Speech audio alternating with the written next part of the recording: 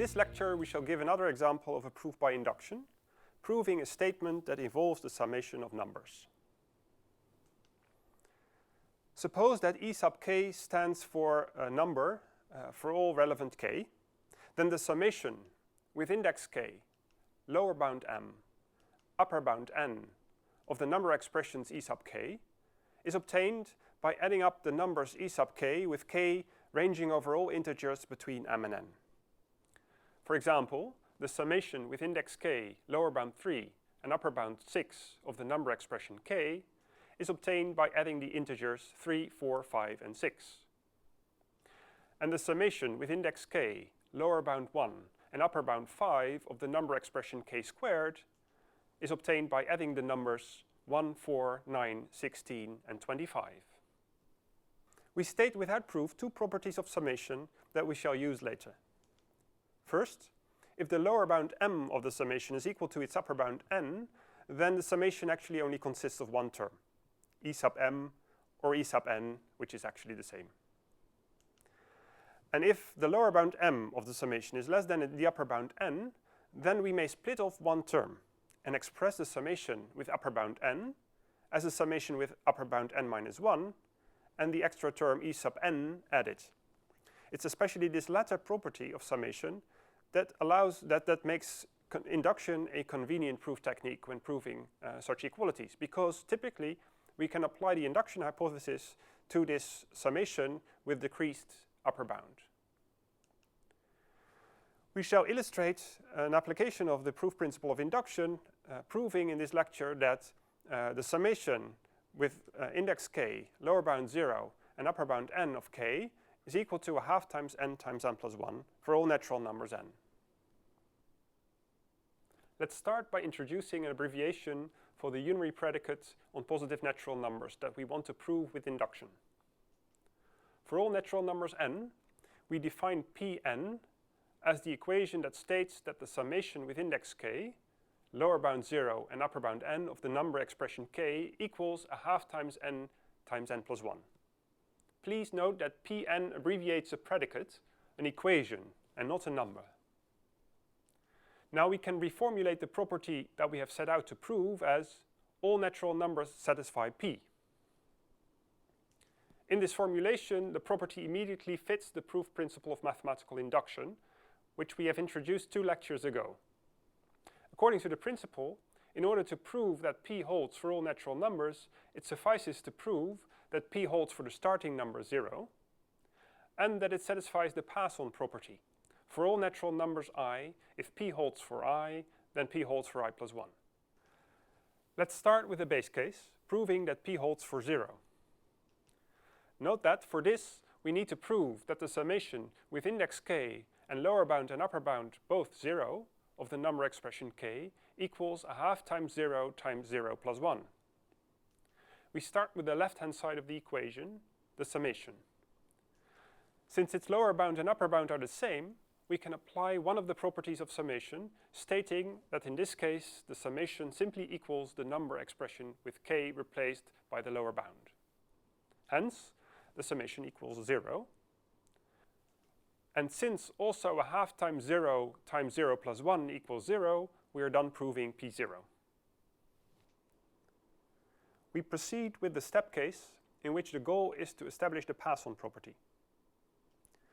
The pass-on property is a universally quantified implication with which we can deal applying our standard logical reasoning toolkit, applying the rules for universal quantification and implication introduction. The application of these rules gives rise to a declaration of a positive natural number I, for which it is assumed that P holds. Note that Pi simply abbreviates the equation stating that the summation with index k, lower bound 0, and upper bound I of k equals a half times I plus 1. We shall refer to this equation as the induction hypothesis. The goal is then to prove that P holds for I plus 1, and hence that the summation with index k, lower bound 0 and upper bound I plus 1 of k equals a half times I plus 1 times I plus 2. Consider the left-hand side of the equation and note that since the lower bound of the summation is less than its upper bound, we can apply the property of summation that allows us to split off the last term I plus 1 of the summation. We then get a summation with an upper bound decreased by 1, to which we may now apply the induction hypothesis. It remains to apply some elementary mathematics. First, we can take out a factor I plus 1 from both terms. Then we take out a factor a half from the first factor. And finally, we commute the last two factors. We have then established the equation abbreviated by pi plus 1. Thereby, our derivation is now complete. Let's also present the proof in natural language. The goal is to prove that the summation with index k, lower bound 0 and upper bound n of the number expression k equals a half times n plus 1. This statement is proved by induction on n.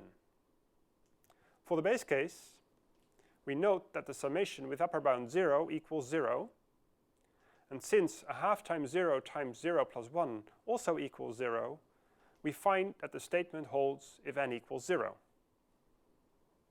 For the step case, we let I denote an arbitrary natural number and assume, by way of induction hypothesis, that the summation with index k, lower bound 0 and upper bound I of the number expression k is equal to a half times I plus 1. The goal is to establish that the statement then also holds for I plus 1. We have already discussed the calculation to this effect. So here we have another example of a proof by induction. It is important to note that the key elements of an inductive proof are clearly presented. The proof starts by announcing that the induction proof method is going to be used, and the corresponding base and step cases are clearly marked. Furthermore, the step case starts with a statement of the induction hypothesis, and it indicates clearly where the induction hypothesis is applied. We have proved a universally quantified statement involving summations using the proof principle of mathematical induction. It is the following property of summations that made mathematical induction a convenient proof technique.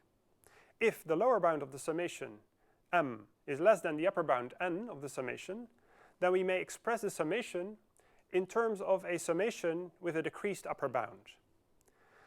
Application of this property created the opportunity to apply the induction hypothesis to the summation with a decreased upper bound.